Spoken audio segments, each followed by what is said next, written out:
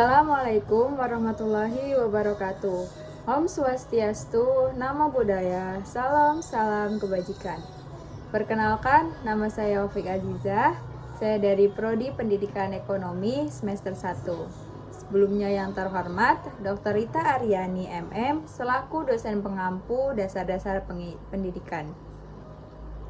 Baik, sini saya akan menjelaskan tentang pendidikan karakter. Sebelum saya menjelaskan apa itu pendidikan karakter, saya akan menyebutkan poin-poin yang akan saya jelaskan ke depannya nanti. Yang pertama, ada pengertian dari pendidikan karakter itu sendiri. Yang kedua, ada nilai-nilai utama dari pendidikan karakter. Dan ketiga, strategi implementasi pendidikan karakter di sekolah.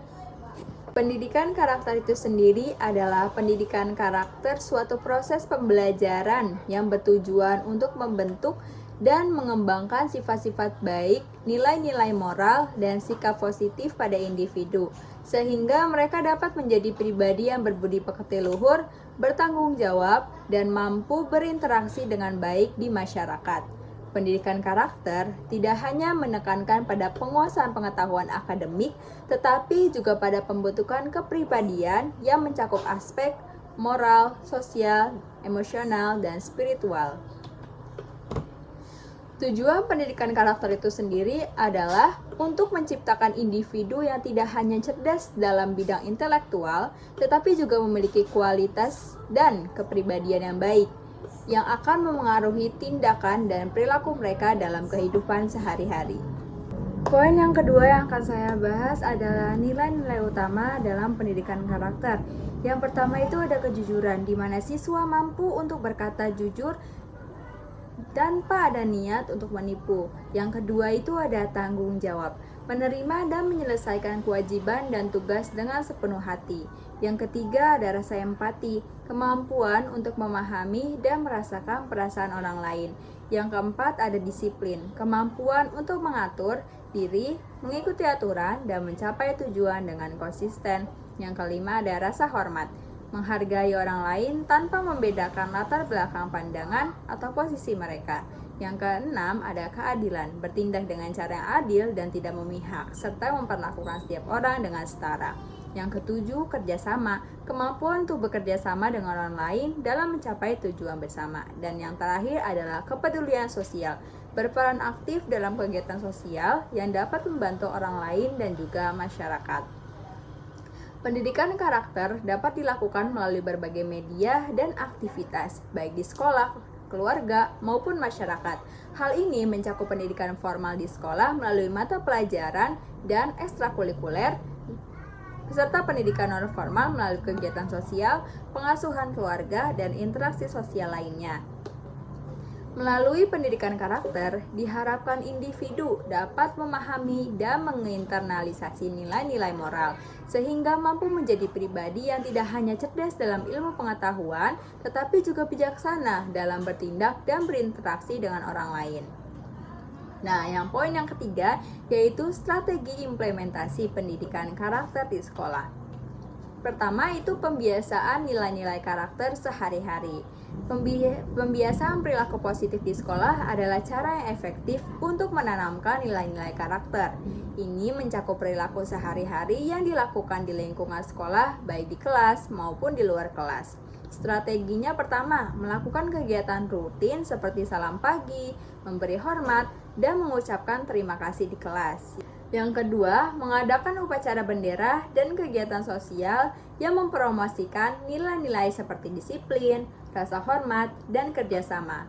Nah, yang terakhir yaitu memberikan penghargaan atau pujian kepada siswa yang menunjukkan perilaku positif dan sesuai dengan nilai-nilai karakter yang diinginkan. Yang kedua yaitu menciptakan lingkungan yang mendukung pendidikan karakter. Lingkungan sekolah positif dapat memfasilitasi penerapan pendidikan karakter. Ini termasuk menciptakan suasana yang aman, nyaman, dan saling menghargai antar siswa, guru, dan staf. Nah, strateginya yang pertama itu menciptakan budaya sekolah yang mendukung nilai-nilai positif seperti gotong royong, kebersihan, dan kepedulian terhadap lingkungan. Nah, yang kedua itu menyediakan ruang diskusi atau konseling untuk siswa yang membutuhkan bimbingan karakter lebih lanjut. Yang ketiga itu kegiatan ekstrakurikuler yang mendukung pendidikan karakter. Nah, penjelasannya di sini, kegiatan ekstrakurikuler adalah wadah yang baik untuk mengembangkan karakter siswa di luar pembelajaran formal. Melalui kegiatan ini, siswa dapat belajar tentang nilai-nilai seperti kerjasama, kepemimpinan, dan rasa tanggung jawab. Strateginya yaitu yang pertama mengadakan kegiatan ekstrakurikuler yang mengembangkan karakter seperti pramuka, OSIS, olahraga, dan seni. Nah, yang kedua itu memberikan ruang bagi siswa untuk menjadi panitia dalam acara-acara sekolah yang dapat melatih kepemimpinan, kerjasama, dan tanggung jawab.